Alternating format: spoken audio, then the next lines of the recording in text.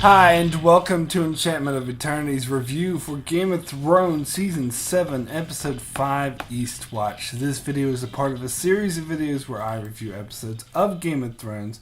So I'll have to start with a spoiler warning for Game of Thrones up to Season 7, Episode 5. If you haven't seen up to this point, you may not want to watch this video, otherwise some things may be spoiled for you. So this episode was more of a transition episode, an episode wrapping up after the big battle last week, and also setting up for the final two episodes, a kind of breath between two storms, and that's perfectly fine. In fact, that's exactly what I think was needed, and I was really looking forward to it. And I enjoyed some of the exposition and character building dialogue scenes. Sometimes these can be amongst my favorite scenes in the entire series. The show doesn't always have to be about big battles to be good. That being said, some people have been worried that with the faster pace of Season 7 that the show would start to feel rushed. In fact, many have already voiced the opinion that they felt the earlier episodes of the season were incredibly rushed. But I never got that feeling personally. It always seemed like a good, steady pace. That is up until now. I do have to say this felt like the most rushed episode of the season and perhaps the entire show, and that they just skipped over a lot of details, too many where I didn't feel the story felt real or well constructed or as engaging as it typically feels. So ironically, I would have wanted more slow-paced dialogue, exposition, or character building scenes, and I strongly feel we didn't get enough of that here, and it did feel like the writers are all too eager to get on to the next big action piece and didn't spend enough time portraying the consequences of the previous one, but that's just me. So we start off with the aftermath of the loot train battle, where we see Jaime and Bronn had swam a long way away from the battle in the river, and they come up above water to gasp for air. So I seriously hope they don't expect us to believe that they swam all that way underwater the whole entire time, and this is the first time they're taking a breath since Bronn knocked Jaime off his horse, because that would be beyond ridiculous. Last time we saw Jaime, he was sinking straight to the bottom, and it looks like they did a swim that should take like a good 20 minutes at least. But anyway, enough nitpicking. Bronn and Jaime then have an interesting exchange where they both agree that they're fucked, and although Bronn clarifies that he's not fucked, Jaime is, because his service is in at Dragons, which is an odd thing to say considering he could have just ran away instead of risking his life to try to take down the dragon with the scorpion and then save Jaime from the dragonfire at the last minute.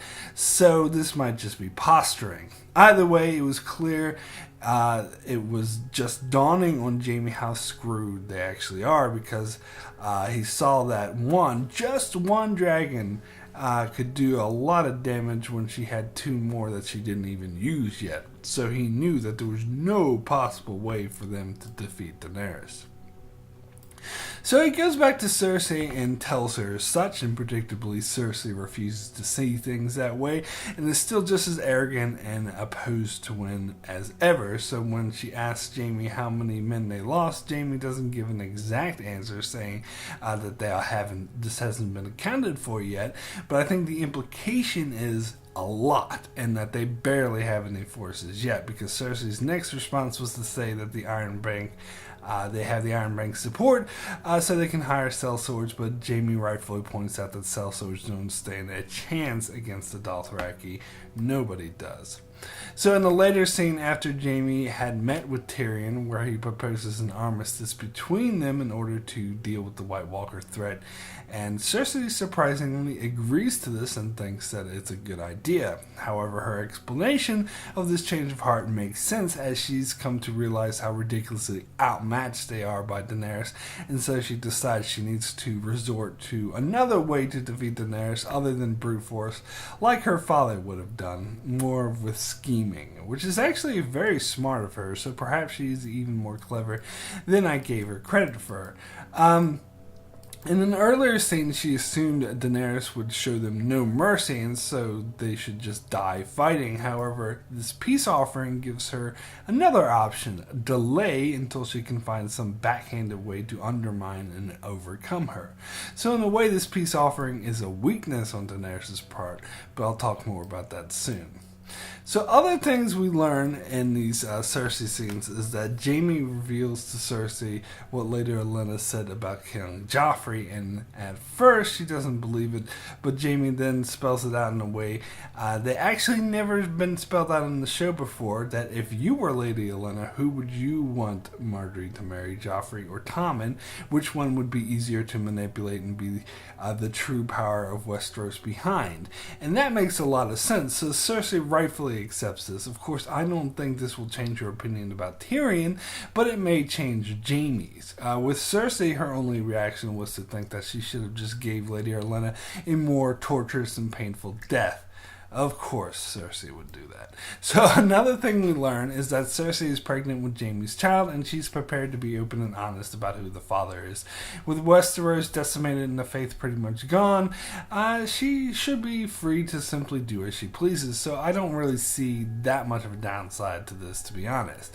And I do like that when Jaime brought up the concern, she quoted her father about the lion does not concern itself with the opinions of sheep. She is becoming her father's daughter more and more. But what was really interesting is that after her and Jaime gave a loving embrace, they all seem all unhappy in love and everything's great, Cersei gives a little backhanded comment to Jaime: "Don't ever betray me again." This little comment is so telling. First of all, Jaime didn't betray her, as he didn't even know he was going to meet Tyrion, and after he did, he went straight to her to tell her about it. So the fact she sees this as a betrayal shows how unstable and dangerous she is.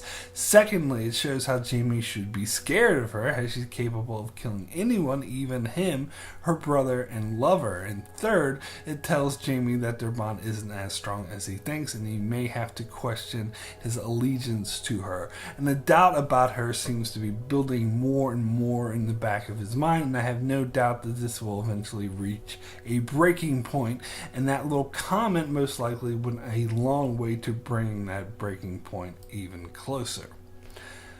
So getting back to the aftermath of the battle, let's talk now about Daenerys. I actually really liked the scene with her gathering up the survivors of the battle and demanding that they bend the knee or die. At first only a few people bent the knee, but then Drogon roared and a hell of a lot more people bent the knee, leaving only a few standing, including Randall and Dickon Tarly. So it makes sense that Daenerys would single Randall out to make an example of him, as he was the next in charge of the Lannister forces after Jaime. I wonder if Daenerys knew this. Tyrion seemed to, so he probably told her. And predictably, Randall still refused and would rather die. And I love how Tyrion was so against executing him. He tried to find some other way, but Randall himself was hurting Tyrion's cases. When Tyrion brought up the wall, Randall shot it down, saying that Daenerys can't send him to the wall because she's not his queen. So basically, he was just begging her to kill him. What he didn't count on, though, was Dickon wanting to die with him. Now, this part of it didn't make as much sense to me, because Dickon basically was literally asking to be killed by speaking up, where had he not, they would have just left him alone unnoticed. Perhaps Dickon is, in his naivete, thought by adding his voice to his father's, he would make killing them less appealing, and to some extent he was right, as it does look much worse that she killed a father and son together, but of course this didn't stop Daenerys from going through with it anyway. However, I can't help but notice how this conveniently kills off both Tarly heirs, leaving only Sam. Tyrion mentioned that if Dickon dies, then another great house will be wiped out, but that's not entirely true, because there's Sam. I predicted because of this he would be made Lord of the Reach, seeing how there are no more Tarlys and no more Tyrells, and Randall Tarly was the last Lord of the Reach, and with Dickon dead, that would make Sam his successor. Now, I'm not sure about all that, but at the very least, this would make Sam the heir to Hornhill. So I was thinking that Sam would go to Hornhill after learning about his father and brother's death, but as we learn in one of his scenes, that stupid Maester Ebros didn't bother telling Sam about their deaths, so he doesn't even know yet. So I don't think Sam will find out until much later, perhaps not even until season 8, but we'll see. At any event, this does seem like a rather obvious device the show is using in order to make Sam the heir to Hornhill, as Dickon's volunteering to die didn't make that much sense, but we'll see. So once the Tarleys were burned to a crisp, everyone else immediately bent the knee, and while there weren't that many Lannister men there, not much more than 100, I'd say, as it appeared to me, knowing the show and the way it loves to have like a token scene that's meant to be indicative of a much larger phenomenon, I would say this scene was meant to indicate that the lords were what the lords of Westeros were doing all over Westeros, bending the knee to Daenerys strictly out of fear. Now, this is one of the things I was disappointed in this episode, because I was hoping to get more scenes that indicate Daenerys' control over Westeros, as what was left was more vague than I would have cared for. I thought it would have been nice to get a few more scenes of her like flying up to some castles with some dragons and having them bend the knee to her, but whatever. However, what's interesting to note, which is noticeably the most people who bent the knee did so after being scared and intimidated to do so, and that is, these people are following her out of fear, not loyalty. And if indeed the scene was indicative of what was happening across Westeros, then most of the houses that would be following her would be doing so out of fear, not loyalty. And the show has much to say about that. As Jon had pointed out in the Battle of the Bastards, that Ramsay ruled out of fear with the power he wielded. So if you take away his power, then the people would just turn on him in an instant, as they don't follow him out of devotion or loyalty, just out of fear.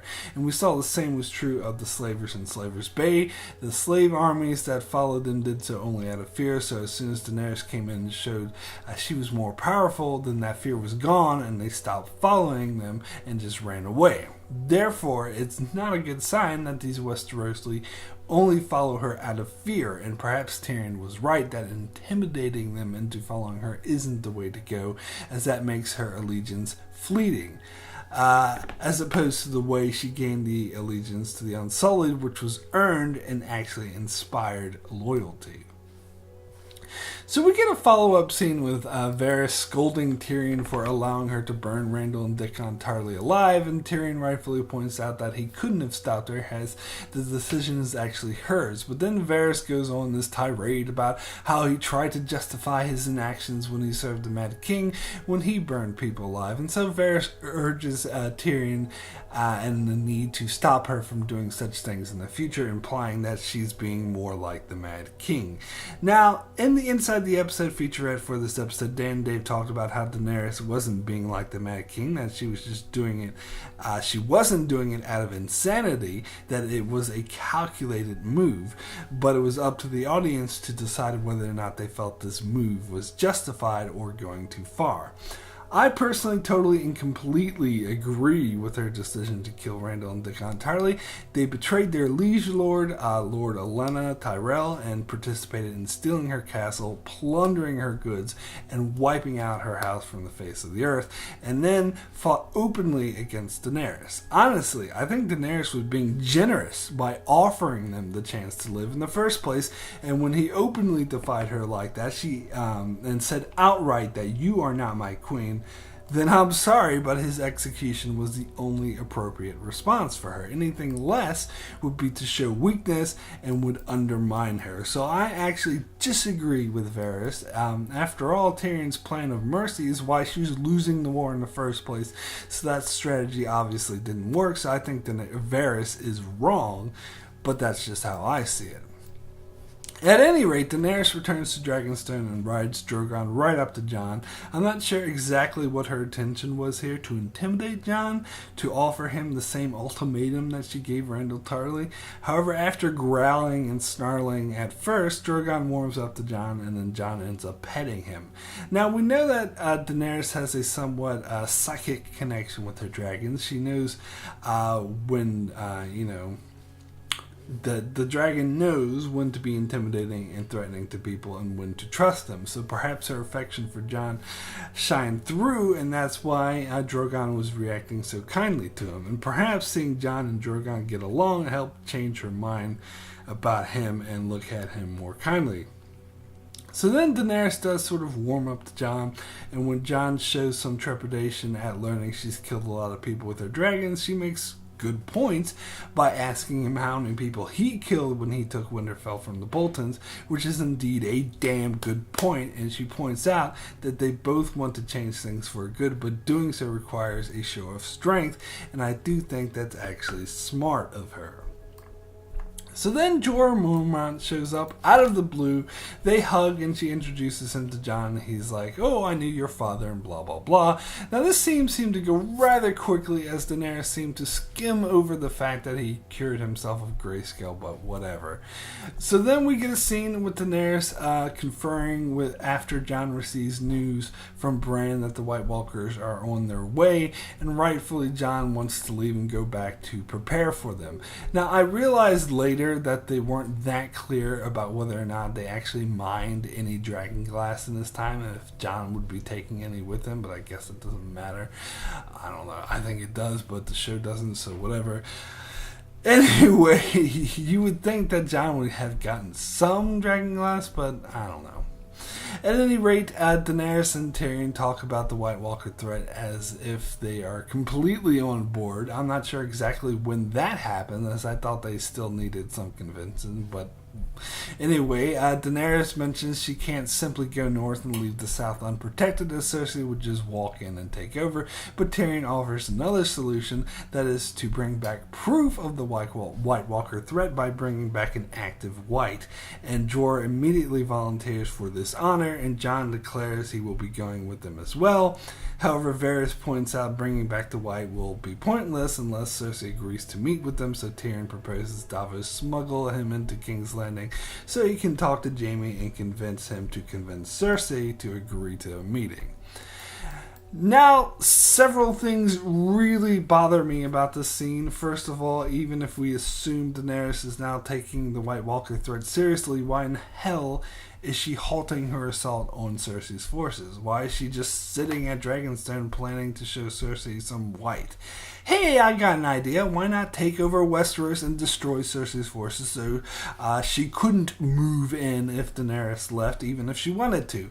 Then she wouldn't have to worry about making peace with her. I know. She doesn't want to attack King's Landing, blah, blah, blah. Okay, don't attack King's Landing then. Defeat her armies elsewhere. Then it won't matter if she believes in the White Walkers or not. And for that matter, why isn't anyone talking about Grey Worm and the Unsullied? Are they just rotting at Castle Rock instead of being useful? And for that matter, where the hell is Theon in all this? I noticed that he wasn't at this meeting. I suppose Daenerys doesn't care about him now, so she just doesn't give a shit. Anyway.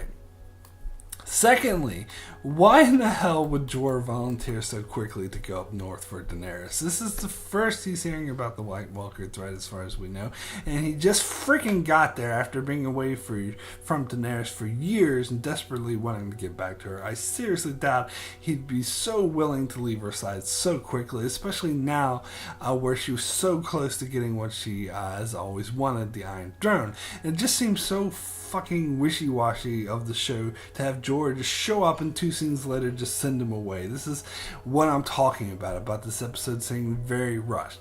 I don't know, this whole scene stank of contrived writing to me, where the writers were just moving the pieces into place that they wanted them to be, regardless of how much sense that it made, while skipping over a lot of important information about Daenerys' strategy that we needed to have. I mean, what does she plan on doing while Jon and Jorah are away? Just sit on her ass and twiddle her thumbs waiting for them to get back. I mean, even if she does believe in the White Walker threat as much as she's shown to in this scene, when in hell did it become her top priority that she'd be willing to just halt her attack on Westeros and just sit around and do nothing and wait for Jon to return just because of some cave drawings that he showed her? I'm sorry, but I do not buy that. So anyway, we see Tyrion and Davos go to King's Landing and get a nice little scene between Tyrion and Jaime where Tyrion tries to justify killing their father to them. Now, this is interesting because Tyrion doesn't yet know who actually killed Joffrey and framed him, and Jaime does, but he doesn't share this information with him. And what's more interesting is that Tyrion doesn't know that Jaime knows that Tyrion didn't kill Joffrey, so he isn't aware that what he's saying about his father wanting to kill him for a crime he didn't commit might actually be hitting Jaime harder than he's aware of. So while Tyrion's doing that, Davos goes off to get Gendry. Now this seems a bit out of nowhere, but I'm willing to give it some leeway. I did want to see Gendry again. Now it's absolutely precious that when Davos first sees Gendry, he makes a joke about wondering whether Gendry was still rowing this whole time. Now, I haven't a single solitary doubt that this line was purposely put in to satisfy popular fan jokes, where people complain that we haven't seen Gendry since season 3 and wondering if he was rowing the whole time. So all these jokes and memes about Gendry still rowing. As last time we saw him, he was on the rowboat leaving Dragonstone. I guess this joke makes sense in the context of the show as well, that last time Davos saw Gendry and talked about how Gendry talked about how he couldn't swim and how long it might take him to get to King's Landing, and he was, of course, on the rowboats. But still, I couldn't help but feel this line was aimed directly at the fan base who had this running joke. But apparently Gendry was a blacksmith in King's Landing the whole time, making weapons for the Lannisters. And when Davos shows up asking him to come with him, he thinks he'll have to convince him and comes up with the song and dance. But before he can say 2 words, Gendry's like, yeah, I'll come with you. Now, I actually do totally buy this, and I think this makes a lot of sense. As when Gendry left Dragonstone, he had no money, no wealth, no friends. The only thing he had to his advantage was his craft of smithing, which there'd be much more need for in King's Landing. Plus, he wouldn't have any money at the start to move somewhere else, and by the time he did have the money, he would have established a place for himself in King's Landing, and it does make sense that he was waiting for something to happen to push him to leave, and when Davos shows up, he would see this as the great opportunity that he's been waiting for. And also, it makes sense that he'd have a warhammer, not just because he'd be emulating his father, but also because he's a blacksmith and swinging a hammer is second nature to him. But what's a little less easy to buy is that Davos went out of his way to get Gendry just to have him sent to Winterfell as a blacksmith. Now, I did really like the scene where the Gold Cloaks found their ship, and Davos was very expert at handling them and trying to get them to go away. He even brought out props with him to help him out. Now, where he got all that fermented crab from, I don't know, but it did come in handy. And Davos would have been able to deal with them too if Tyrion didn't show up and get recognized. But good thing Gendry was there to beat the crap out of the guards. So makes sense to send him to Winterfell to be a smith. So I did love how Davos was telling Gendry to make up all these lies, and he just goes up to Jon and is just outright, hey, I'm Gendry, I'm Robert Baratheon's bastard son, so let me fight with the White Walkers with you. Now, I do buy that Gendry simply wouldn't want to go to Winterfell just to be a blacksmith, but the fact that he was so gung-ho about joining Jon in the fight against the White Walkers that he's never heard of before did feel a bit shoehorned in and not really natural. And I am curious of why he didn't mention Arya to Jon Snow when they met. I mean, Gendry at this stage doesn't know if Jon knows that she's still alive, unless Davos mentioned it, but I doubt he would, so it seems like something he might want to tell Jon, hey, I ran into your sister a few years back and she's alive and well, but whatever. So John, Davos, Gendry, and Jorah leave to head up to Eastwatch by the sea, and they get there to find Tormund in charge. Who knows what happened to the Night's Watch, who were mentioned to be there in charge of the castle in earlier seasons, but I knew this would happen as soon as they mentioned that Tormund would command Eastwatch in episode 1. So whatever. So once there, he talks about a group of people he found near the wall that he put into a cell, and of course it turns out to be the Hound, Beric Dondarrion, and Thoros of Myr. Now, why did Tormund put them in a cell just for being near the wall? I'm not sure. Is it a crime to go to the wall? Did they think they were planning on helping the White Walkers? I don't know. Probably just more plot convenience. So anyway, they all get together and Jon recognizes the Hound, Jorah recognizes Thoros, Gendry recognizes all of them and mentions they can't be trusted because they sold him to a witch to be killed. And when Tormund finds out Jorah is a Mormont, he's pissed because Lord Commander Mormont used to hunt wildlings. Really, Tormund? You're going to get mad about that when you're best buds with a guy who's probably killed more wildlings than G.R. Mormont ever did? I mean, at the Battle of the Wall alone, Jon probably single-handedly killed tons of wildlings, yet they're best friends, but some dude who's the son of the previous Lord Commander is suddenly a huge issue for you? Come on, that's ridiculous. And frankly, this whole scene was ridiculous. As people just cross-talking and bickering for the sake of bickering, and it's a bit silly. So, of course, they decide to take the Brotherhood with them, and I do like Jon's reasoning, as they said they are all on the same side because they're breathing, which is actually good reasoning. So they all set out beyond the wall. So here we have our fellowship: Jon, Tormund, Gendry, Jorah, the Hound, Beric, and Thoros. They shall be the fellowship of the White Walkers. Dun dun dun dun dun dun. I almost expected that Tormund to be like, "You have my sword," and Gendry to say, "and my axe," or whatever. Anyway, point is, when I was talking about scenes being rushed, this felt extremely and incredibly rushed.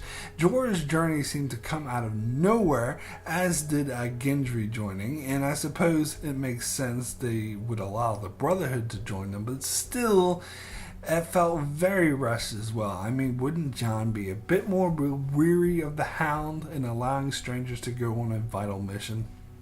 But whatever. We sloppily just put this group together because the writers wanted to have a cool fellowship to go north to the wall for their next D&D campaign. Better roll higher than a 7 or Gendry dies. Anyway, so let's loop back around to cover Sam in Old Town as he overhears these, arrogant maesters talking about the raven they got from Winterfell about Bran's vision of the White Walkers coming, and of course, they're just arrogant and dismissive of it, and Sam's warnings fall on deaf ears. So we then see Sam and Gilly doing the busy work of transcribing the scrolls.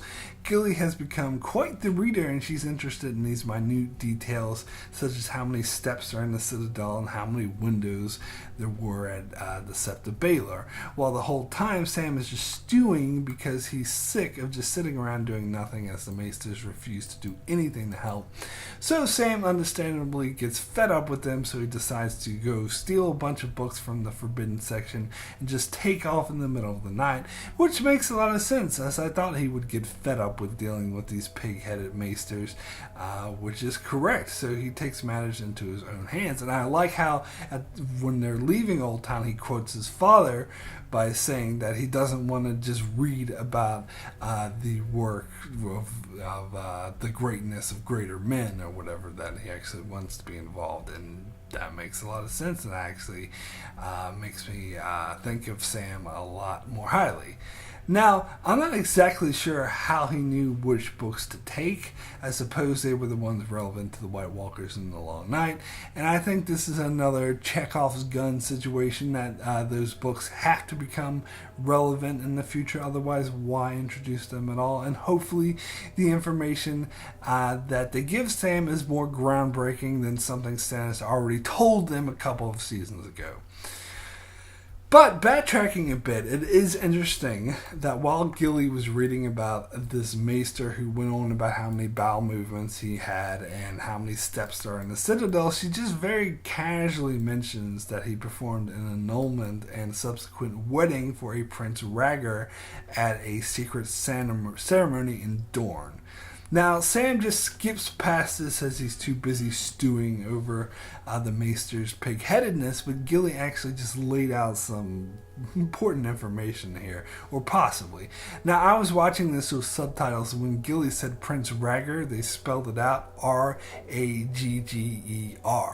However, it's probably safe to assume that Gilly was simply mispronouncing Rhaegar.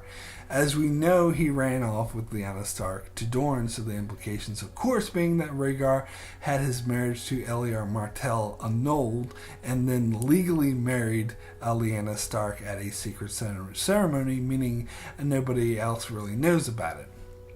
Meaning Jon Snow isn't a bastard at all, but the legal heir to the Targaryen legacy. I mean, we don't know this for sure, as Gilly said Prince Rhaegar, but again, that line wasn't just thrown in there for shits and giggles. Seems obvious foreshadowing to me. And the thing is, I'm not very happy with this foreshadowing. For one thing, it seems like a rather contrived way to prove that Jon is a legitimate Targaryen heir.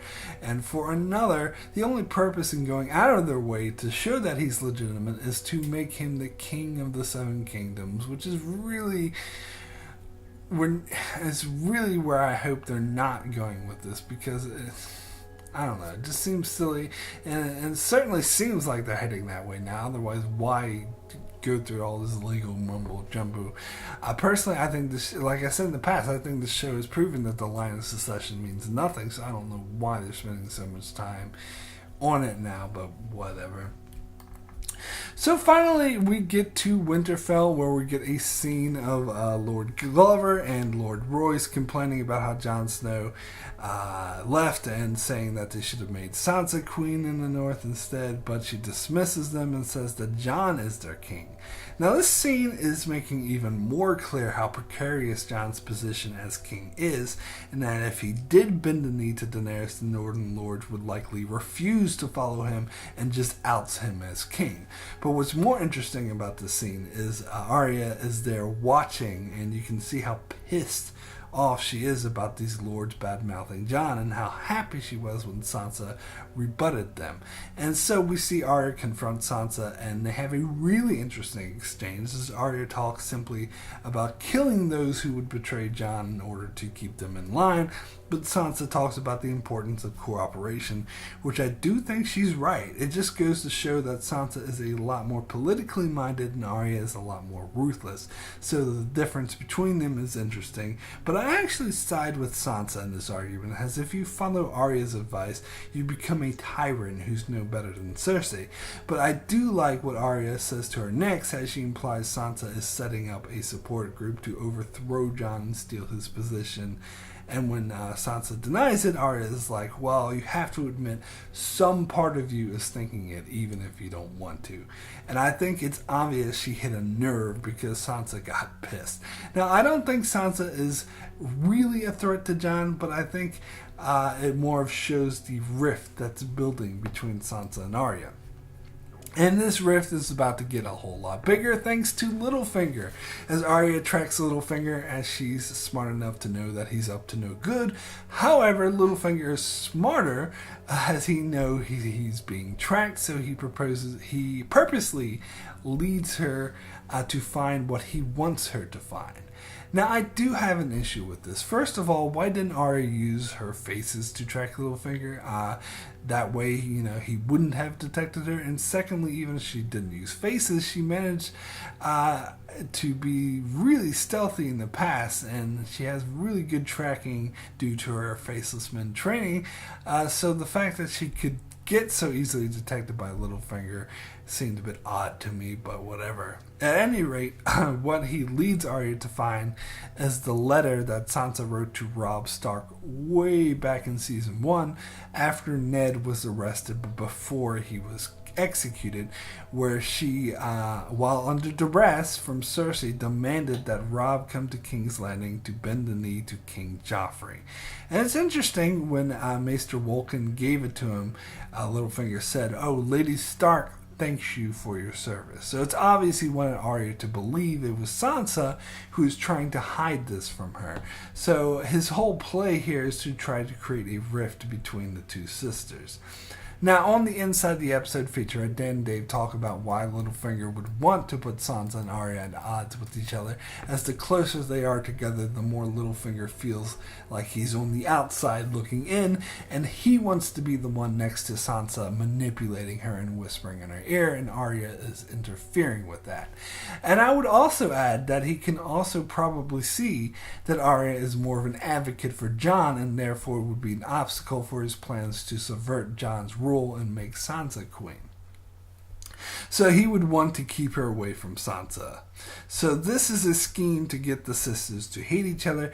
See, I don't think Littlefinger is as ineffective as many claim he is. I think this is actually a pretty good scheme. But regardless, I do have to wonder why Arya would be so pissed off at a letter that Sansa wrote while she was being held hostage by the Lannisters and was clearly under duress and being forced to write it. Even Robb recognized this as soon as he saw it. What was it that Maester Luwin said? He said, "It may be Sansa's hand, but it's the Queen's words," referring to Cersei. So Arya would have to be pretty dumb to fall for Littlefinger's trap and get upset over this, but who knows, maybe she will, and this will create some tension between them. We'll have to see. So my rating for Eastwatch out of 10 is a 7, very good. There were a lot of great scenes in this episode, such as seeing Tyrion try to make peace with Jaime and Cersei dealing with the fact that they're utterly screwed, as well as seeing Arya and Sansa have it out at Winterfell with Littlefinger doing what he's best at, scheming. But a lot of this episode felt really rushed, none the least being the hastily thrown together fellowship, where Gendry and Jorah's introduction into it in particular felt very shoehorned in and rushed. So not the best of episodes, but still a good one. So that's it for my review of Eastwatch. Be sure to check back here in a couple days for my live discussion I'll be doing with Atkin Tomko and Max from Buzz Talks. I'll put a link in the description below for that video. I'll also be doing a prediction videos for episodes 6 and 7 later in the week that will really rely on the leak spoilers, so keep an eye out for that. And I also do many more videos on other shows like Star Trek, Dark Matter, and more, so be sure to subscribe so you can keep up with all of that. And thanks a lot for watching.